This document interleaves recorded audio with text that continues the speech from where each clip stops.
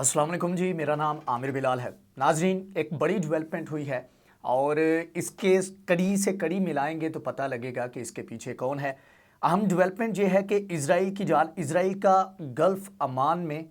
एक cargo ship जो है वो तबाह कर दिया गया है और इसके पीछे कौन है उसके ऊपर आज की वीडियो में बात करेंगे। ये कार्गो शिप किसका था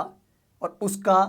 मोसाद के जो चीफ हैं, जिस तरह पाकिस्तान की आईएसआई है, भारत की रॉ है, इसी तरह इजराइल की जो खुफिया एजेंसी है उसको मोसाद कहा जाता है। और मोसाद का जो चीफ है उसका इस कार्गो शिप के साथ या कार्गो कंपनी के साथ क्या ताल्लुक है, इसके ऊपर आज की वीडियो में खास तौर पर बात करेंगे और एक बड़े पर्सपेक्टिव में भी चीज़ों को देखने की कोशिश करेंगे कि ये रिसेंटली तकरीबन एक महीने के अंदर इराक के अंदर, शाम के अंदर अमेरिका ने अटैक किया, ईरान की जानिब से एक बेस के ऊपर अटैक किया गया, उसके बाद अभी ये कार्गो शिप में ये धमाका हुआ है, ये तबाह किया गया। तो इसके पीछे रीज़न क्या है, क्यों ये फ्रिक्वेंटली इस तरह के वाक़यात जो हैं वो सामने आ रहे हैं, तो आज की वीडियो में खास तौर पर इन तमाम तर चीज़ों के ऊपर बात करेंगे।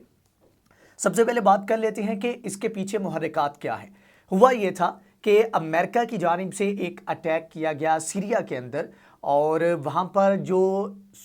अमेरिका की जानिब से क्लेम किया गया उसमें उन्होंने कहा कि ईरान का बैक करदा ये ग्रुप है जिसके ऊपर उन्होंने अटैक किया और इस ग्रुप के ऊपर इल्ज़ाम आयद किया गया था कि इन्होंने अमेरिका की एयर बेस जो थी बगदाद के अंदर, वहाँ पर जो है इन्होंने अटैक किया था। 14 के करीब रॉकेट जो है वो फायर किए गए थे, एक सिविलियन कॉन्ट्रैक्टर मारा गया था और भी बहुत सारे अफराद, और यूएन के, अक़वाम मुत्तहिदा के और नेटो के और साथ में अमेरिकन सोल्जर जो है वहाँ पर ज़ख्मी भी हुए थे। तो उसके बदले में अमेरिका की जानिब से अटैक किया गया और कुछ ही घंटों के बाद ये वाला वाक़या पेश आ गया जिसमें इजरायली जो कार्गो है उसको निशाना बनाया गया है। अब ये पहला वाक़या नहीं, इस तरह के कार्गो हिट जो हैं इससे पहले भी हुए, बहुत सारे कार्गो इससे पहले भी तबाह किए गए। अगर 2019 की बात करूं तो मेरे सामने जो रिपोर्ट है उसके मुताबिक 2 सऊदी ऑयल टैंकर जो है वो तबाह हुए, जबकि अरब न्यूज़ की एक रिपोर्ट के मुताबिक इसमें मज़ीद और भी 2 शिप शामिल थे जिनको इसी तरीके से, जिस तरह से ये इजरायली कार्गो को तबाह किया गया, इसी तरह से उनके ऊपर अटैक किया गया और उनको भी तबाह किया गया था।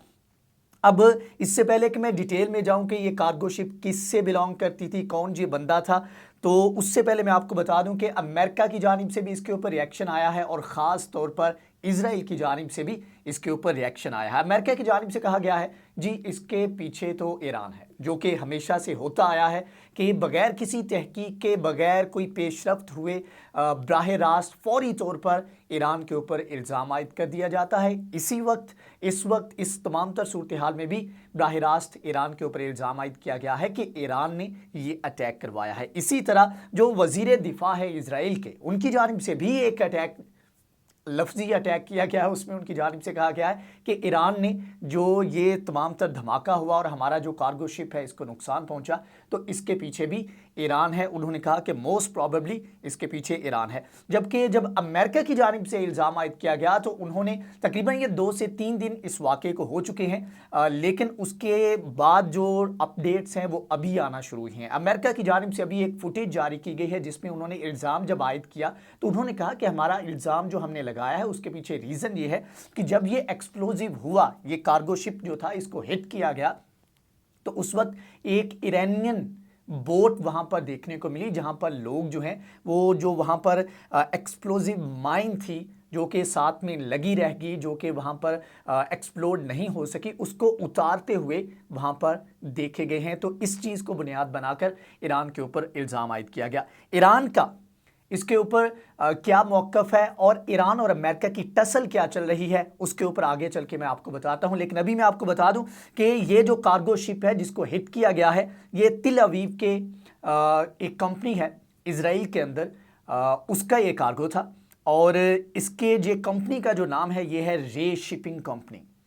इसका ये कार्गो था जिसको हिट किया गया और गल्फ़ अमान में इसको हिट किया गया और इसके फौरी बाद जब ये हिट हुआ तो इसने जाकर दोबारा से अपनी रीअसेसमेंट करवाई कि कितना डैमेज हुआ है, लेकिन इसमें ज़्यादातर कैजुअलिटीज़ जो है वो देखने को नहीं मिली।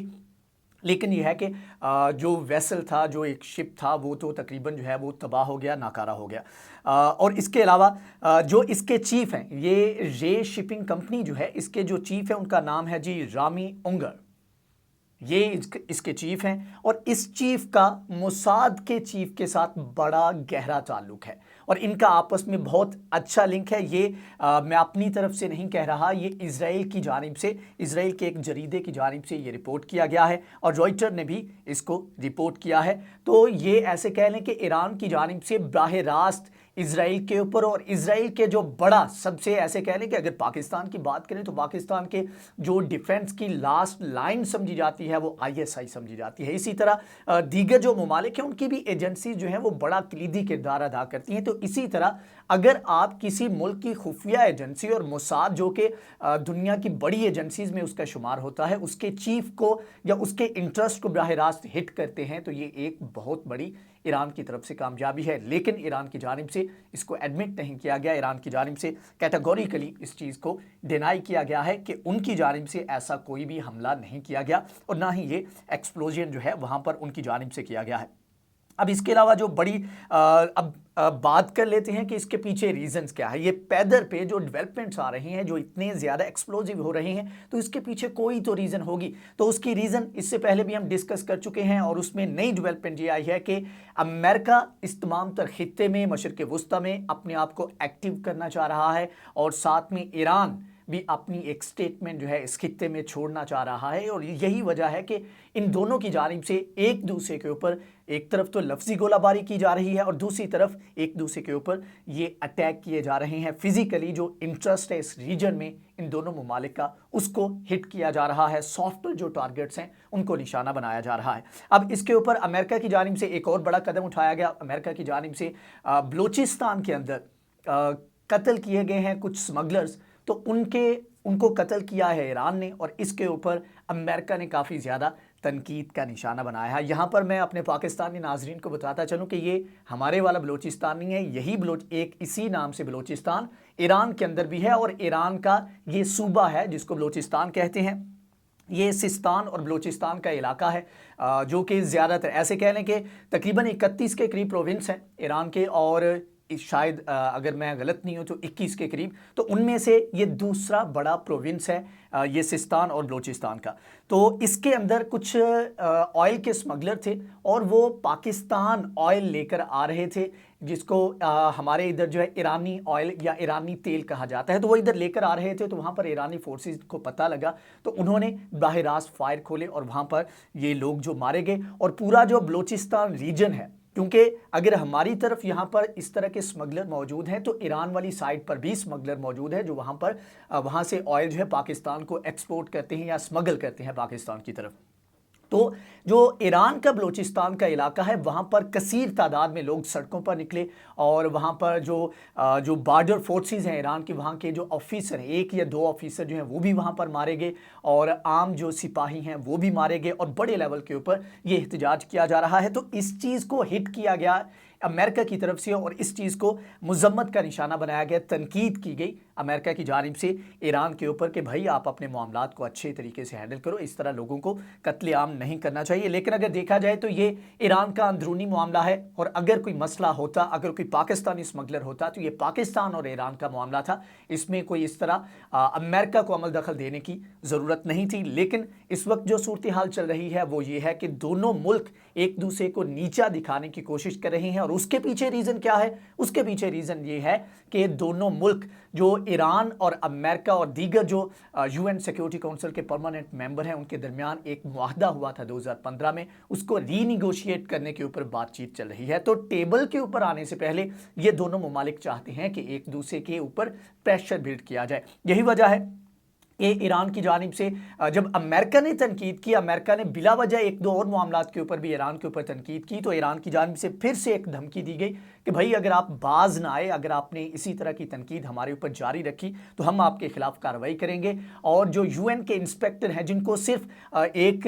قومی اسمبلی میں یا ایران کی اسمبلی میں ایک بل پاس کیا گیا جس میں الاؤ کیا گیا کہ وہاں پر انہوں نے کہا جی ہم UN کے جو انسپیکٹر ہیں ان کی جو انسپیکشن ہے اس کو لمیٹڈ کر دیں گے، تو اس کے اوپر سنیپ इंस्पेक्शन की इजाज़त दी गई, तो स्नैप इंस्पेक्शन की इजाज़त जो थी उसको भी ख़त्म करने का ऐलान किया, या ऐसे कह लें कि धमकी दी गई है ईरान की तरफ से। उन्होंने कहा है कि आप इस चीज़ के ऊपर थोड़ा सा ध्यान करें, वरना हम आपकी ये इंस्पेक्शन जो है इसको भी बंद कर देंगे। तो अभी तक की जो सूरत हाल है उसमें लग तो यही रहा है कि ईरान जो है वो एक अच्छी पोजीशन में है और चाहता ये है कि जब वो निगोशिएशन की टेबल पर पहुंचे तो उसके पास लेवरेज के लिए एक अच्छी खासी चीज़ मौजूद हो। और अभी तक जो भी सूरत हाल है उसमें ईरान का पलड़ा हमें भारी नज़र आ रहा है, लेकिन आने वाला वक्त बताएगा कि कौन बेहतर बारगेनिंग पोजीशन में होता है। क्या ईरान इस निगोशिएशन से फ़ायदा ज़्यादा उठाता है या फिर अमेरिका? तो ये जैसे ही कोई डेवलपमेंट आएगी उसके बारे में हम आपको आगाह करेंगे। अगर आपको ये वीडियो पसंद आई है तो इसको लाइक करें, शेयर करें, हमारे चैनल को सब्सक्राइब करें।